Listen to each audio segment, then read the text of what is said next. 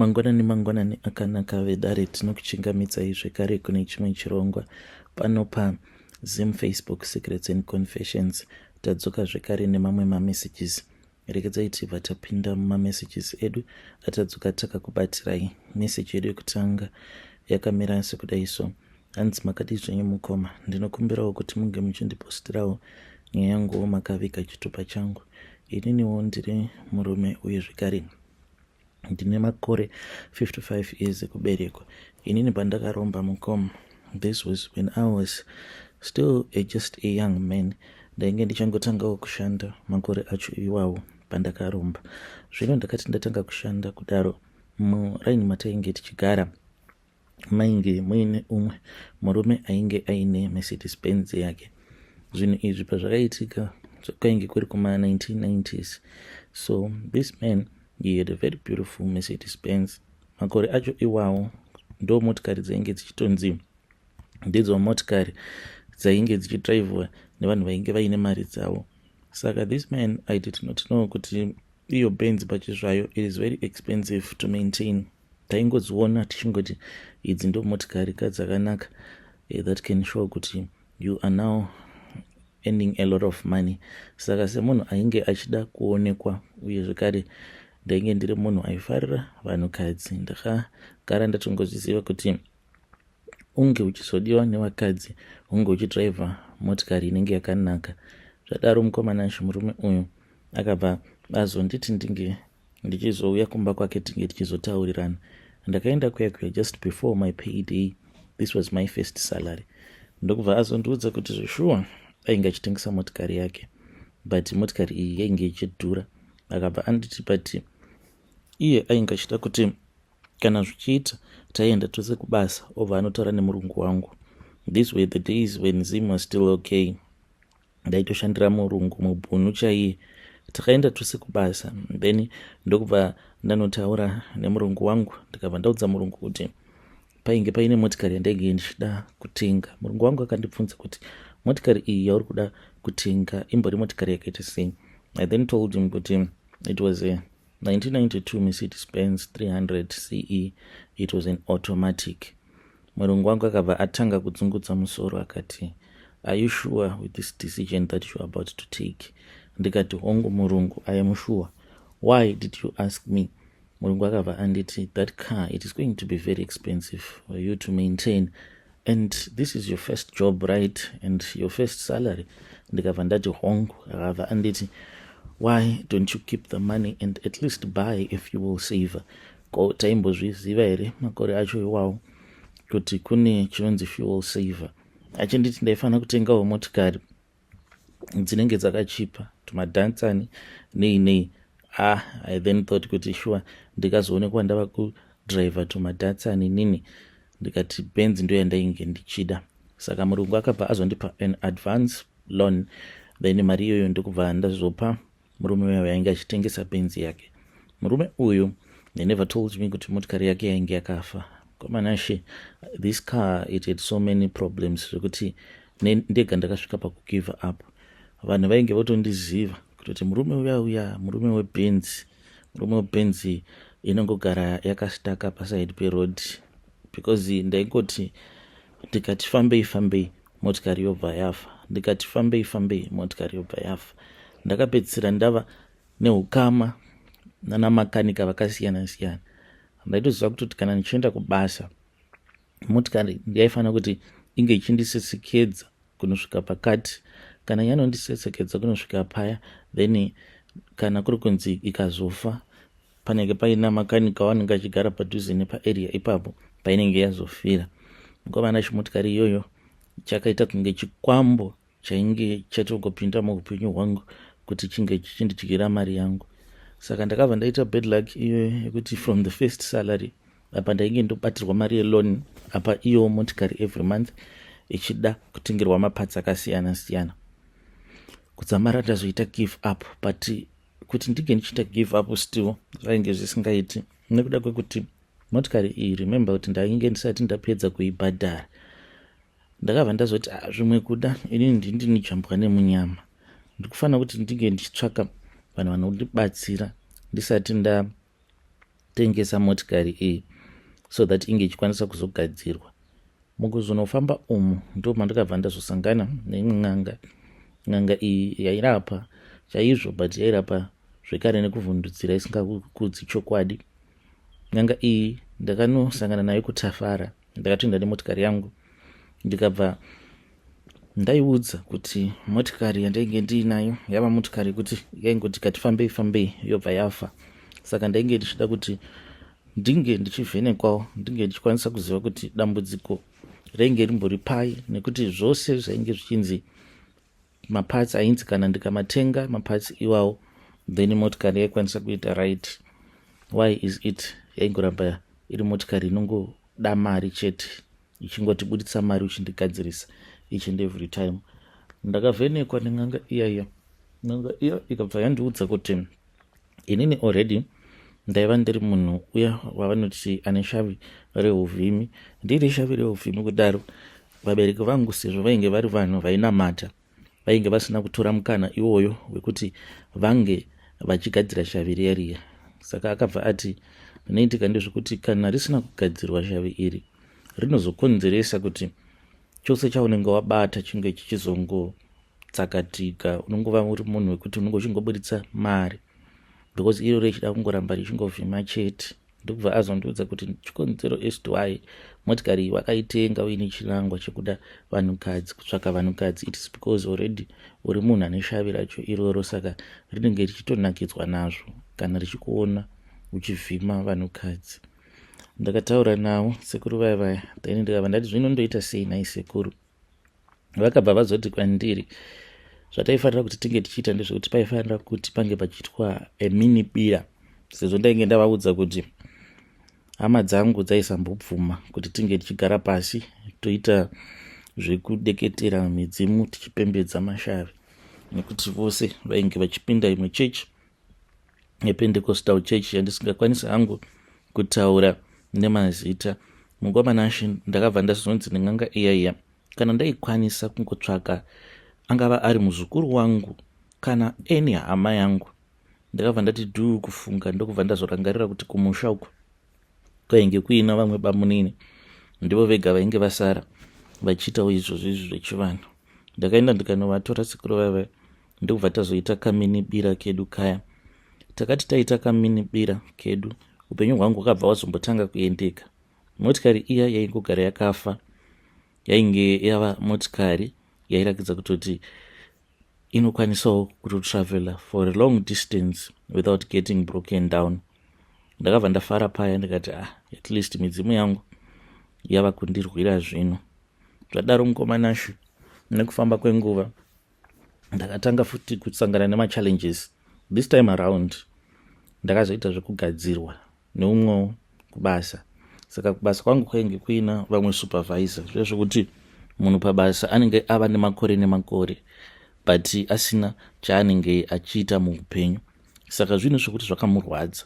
Vaigara vachiseka apo motikari yangu dzimwe nguva pandaiisiya motikari ndobva ndauya kumba nemazvupko nekuti motikari inenge yaramba kumuka. Saka zvinhu zvaivafadza izvozvo, vachiziva kuti ndaitorerwa mari nemurungu each and every month. Asi pavakazoona kuti motikari yangu yainge yonaka, motikari yangu yainge isina problem, uye zvekare ndainge ndava kuita sekunge munhu ava kuenderera mberi neupenyu, ndipo pandakabva ndazogadzirwa zvekare. Ndikatanga kusangana nema-challenges akasiyana siyana muupenyu kunosvika ndichizonodhuma munhu nemotikari. It is a very long story, but zvinhu zvakazokonzeresa kuti ndinge ndichinopinda muurombwa even though ndainge ndisingadi kupinda muurombwa hwacho. That is why I say that sometimes life can be so unfair, because upenyu hunokupinza mune mamwe ma-situations ekuti you do not have control over. I never thought kuti that was what was going to happen. So mukomanashi ndakabva ndazodzokera kuna sekuru vaya vekutafara ndikanotaura navo.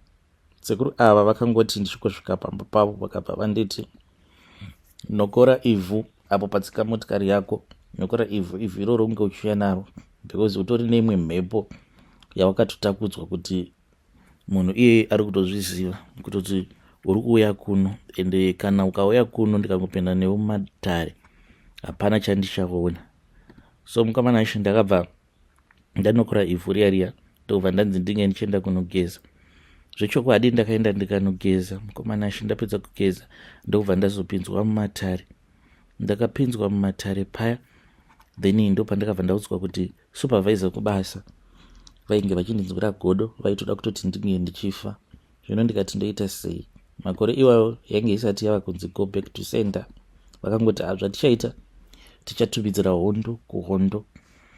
Ndokubva tatanga kugadzira mishonga yacho. Pakagadzirwa mishonga, ivo vaitoda kutoti munhu uyu ainge achiputitswa nemheni, but vakazongodogadzira mushonga wekuti supervisor vangu vange vachingobatwa nechirwere chekuzvimba makumbo. Vakabva vatanga kuzvimba makumbo kuzonosvika vachizonofa. Vakati vafa, ndainge ndoona manje chipuko chavo, uye zvekare nemunhu umwe uyo wandainge ndakambodhuma nemotikari. Vanhu ava vari vaviri vainge vauya kwandiri vachindibvunza mibvunzo imwe yekuti ndainge ndisingakwanisi kana kuvapindura. Upenyu hwandainge ndava kurarama hwainge hwava upenyu hwainge huchingogara huri upenyu hwekushungurudzika, ndichingogara ndiri mudzin'anga ndichipiwa mishonga yakasiyana siyana. Pandakaona kuti sekuru vaya vekutafara ivo vaingogona kungondipa mishonga yekungoti yaingoshanda kwemwedzi mishomanana, ndopandakabva ndati zvainge zviri nani kuti nditsvake vamwe vainge vaine masimba, kuburikidza nevamwewo vekuziva. Nekuti paya pakunoenda mudzin'anga unonosangana nevamwewo vanhu vaunosangana navo ikoko vanenge vachidawo kubatsirwa nen'anga. Saka munotanga kuudzana, kutanga kuwirirana, muchibvunzana kuti asi haunawo here imwe n'anga yaunoziva. Saka paiva neumwe mukadzi aiva nemabhizinesis ake. Mukadzi uyu aiva nelodge, makore acho iwawo taimati mamotel. Saka aiva nemotel yake, ende mukutotaurirana akabva azondiudza kuti iye ainge aine mishonga iyo yaakashandisa pakutsigisa bhizinesi rake. Saka akabva azondiudza kuti zvinhu izvi ainge akaenda akanozviita kuMount Darwin. Ndakabva ndamubvunza kuti aikwanisa here kuenda neni kuMount Darwin kuya. Akabva ati kana uchikwanisa tinoenda tose. So nemukadzi uyu takazotanga kudanana, even though ainge ari wechikuru. Mukadzi uyu aidanana nevarungu chete achivashandisira mishonga. Aiva nemari ainge isingaite mukadzi iyeye. Takabva tazoenda kuMount Darwin kuya, ndiko kwandakabva ndazonoromba. Asi mukunoromba kwangu ndakabva ndazonzi ndaifanira kuti ndige ndichizosarudza pakati paamai vangu uyo wandainge ndichazopengesa uye zvekare neuyo wandainge ndichazouraya. Mukomana ashe ndakabva ndazosarudza kuti at least mukoma vangu ndo vaifanira kuti vange vachizongoramba vachipenga, then imwe hanzvadzi yangu ndiye aifanira kuti anga achizofa. Ndakapiwa mishonga yandakapiwa, ndikanzi mishonga iyi unongoenda woita sekunge uri kuvashanyira, then wobva wazongonosiya mishonga iyoyo.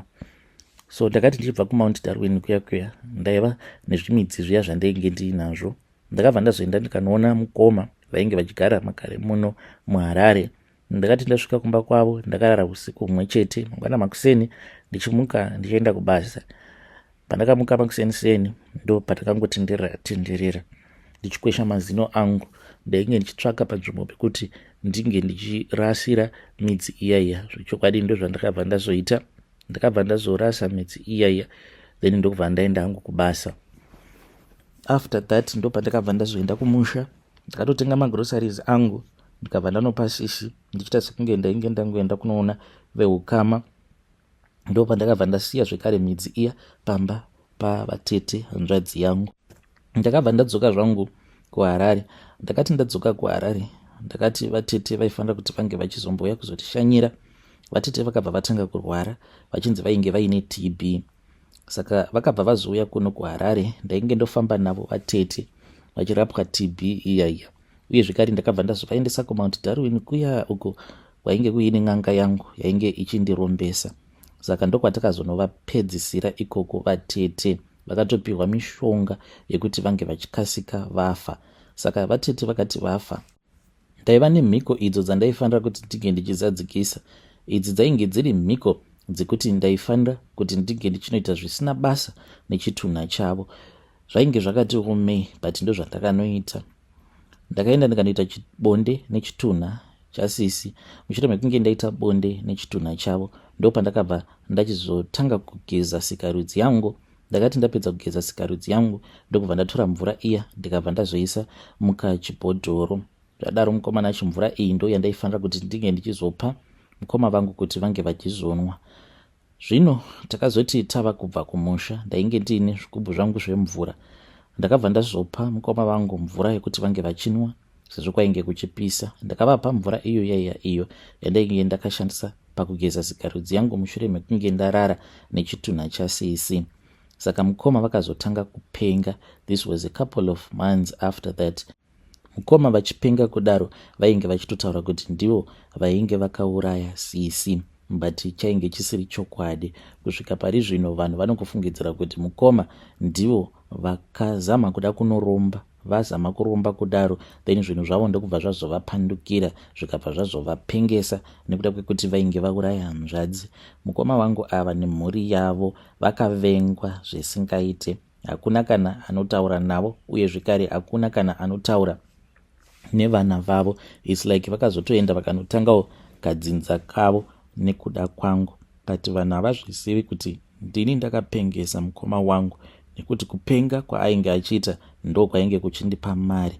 Ndakasvika pakutenga dzimba kumasuburbs kwainge kuchinzi ndo kwainge kuri kumasuburbs kwaigara vanhu vainge vaine mari makore acho iwawo. But now that ndakura ndinogara ndichizvibvunza mibvunzo yakasiyana siyana kuti zvose izvi zvandakaita, was it even worth it? Hongu ndakaenda kuna naVic Falls nevakadzi vainge vachinzi ndo vainge vakanaka makore acho iwawo. Ndege idzi takatodzikwira nadzo mari dzehurombwa. Paya vanhu pavainzi vari kufa nenzara, isusu tainge tichidya tichiguta nekuda kwemari dzehurombwa. But at the end of the day now ndava kuzvibvunza kuti zvino kana ndikafa mweya wangu uchaendepiko? Hey, vedari ndo message iyo yandakatumidzirwa ichibva kuna mukoma vedu. Zvakangoma hazvo vedu we, ngatizame kuti tinge tichitaura navo mukoma vedu ava mucomment section. Hanzi now ndava kuzvibvunza kuti ko kana ndikanzi ndafa mweya wangu uchaendepiko? Yeah, let us try to assist him in the comment section.